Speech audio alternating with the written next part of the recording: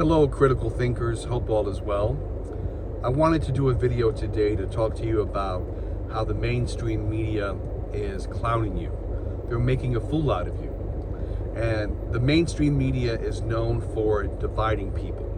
And when I say dividing people, I mean pitting together two groups of people unnecessarily when there is no conflict. Or if there is a conflict, the media is known for that.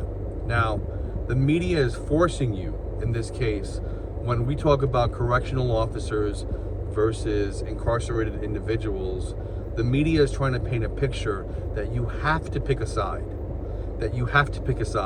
Now, why do you have to pick a side? Because it forces you not to go deep and dig deeper into the issues that are really there. So instead of dealing with the underlying cancer that's there within the New York State Department of Community and Correctional Services, instead of dealing with the cancer, you're dealing with very superficial issues that don't really address the issue at hand. For example, you're hearing about the strike, right? First and foremost, what the media is not telling you, while they're not being very descriptive about this, is that correction officers have a union. They have representation. They already have a collective bargaining agreement. Their union is NYSCOBA Inc. So they have a union, they have representatives. Now, as a correction officer, if you're unhappy with your union, do something about it. You're able to vote the union out, you're able to get new representation. And obviously, the issue is not solely with the governor, not solely with docs. The issue has to do also with the Department of, the issue also has to do with the Correction Officer Union, okay? So correction officers have a union, they have representation, they have a collective bargaining agreement that's already in place. So the fact of the matter is that these correction officers are attempting to modify their collective bargaining agreements, attempting to modify state legislation that's already in place. And they're doing this via a wildcat strike. Now, one thing the mainstream media is known for doing is what we call emotional manipulation. In terms of the coverage that we see is very one-sided. So you'll see media outlets at these correctional facilities, and you see these correctional officers protesting, saying we're in an unsafe environment, saying we get treated like garbage, we have inmates attacking us. And now what we're seeing more of at these strikes, you see the children of correctional officers holding up signs saying, my father matters. And that's true. Fathers do matter. The lives of these correctional officers do matter. But when the media is showing you, the children, in a way, it's a form of emotional manipulation. There are three things that I call social lubricants, things that bring your defenses down. One is children. Whenever you see someone that has a young child, that instantaneously lowers your defenses. You're more trusting of that individual. What you'll see with people who are SA trafficked, right? Those culprits who are doing this use children, to lower the defenses of whether it be family members, parents, to gain access to children, okay? So that's one thing. Children it's being used to emotionally manipulate you. In general, people use animals. Whenever you see someone and they have a pet, they have a dog, they're more approachable, right? And then also when you see someone with an elderly person, that person is more approachable, your defenses get lowered, and you're more willing to help. So what we see in the media is showing you images of children holding up signs in defense of their fathers and their moms who are COs. And you know what? That's okay. Everyone deserves to be working in a safe environment. But what you're not seeing is, and why this is so manipulative and one-sided, they're not going behind the why. Why are correctional officers being assaulted in these facilities? Why are they being assaulted? Why are they having urine and feces thrown at them? Now, there are some bad people in prison, and prisons serve a purpose. If you commit a heinous crime, if you commit a crime, there are consequences. You have to be incarcerated. I do not believe in abolishing prisons. That's my stance. Some people are extreme. Now, the media wants you to believe either you're pro-correctional officer or you're pro-incarcerated individual, and you don't believe in having prisons. You believe that there should be no bail for people committing violent acts. I don't believe in that 1,000%. I do believe there is a middle ground, and when the media is forcing you to pick a side, they don't want you to dig deeper.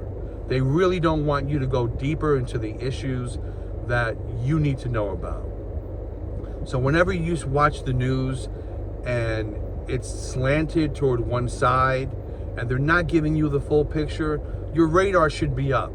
You should be concerned about that. You really should be concerned, because you have to ask yourself, what are they not telling me? And you also need to question, why is this happening? Why is this happening? Because typically, incarcerated individuals just don't get violent for no apparent reason. Sometimes it's because they're being mistreated.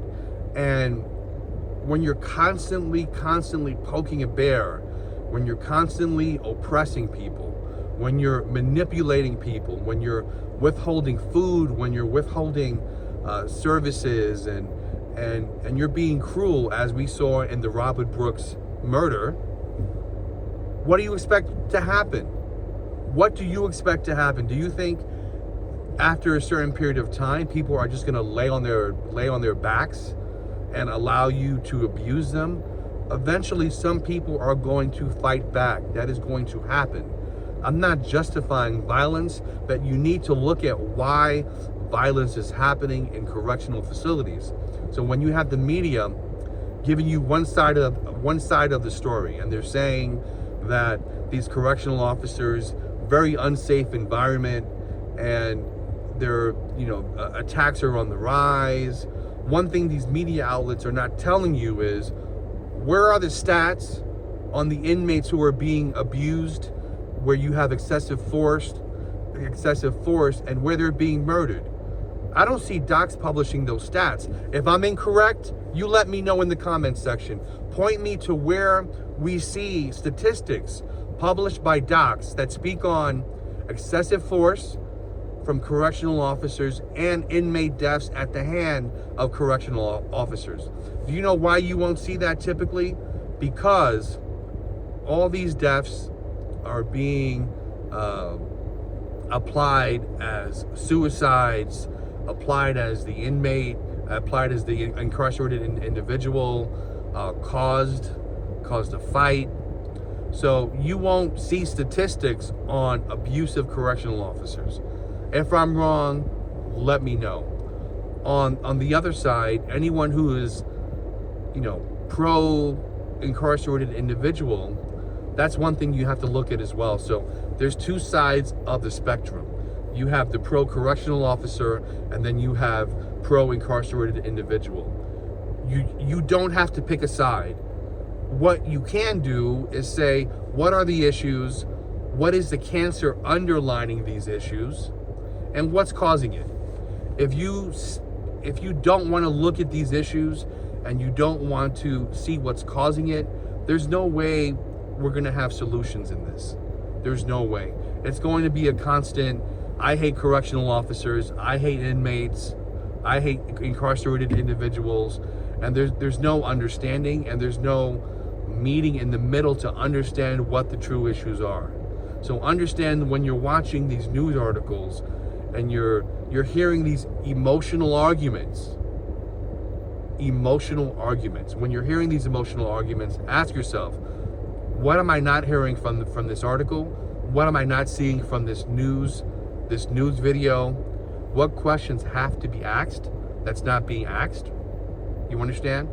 And then attempt to go deeper and find sources that give you the perspective from a correctional officer and give you the perspective from an incarcerated individual. Do your research. Go deeper, dig deeper, and try to get to the truth. My channel is meant to expose injustices, is meant to bring forth truth to light. So again, I did a post yesterday. Any correction officer you want to speak on my platform, you want to do an interview, I want to hear you. I want to hear your perspective.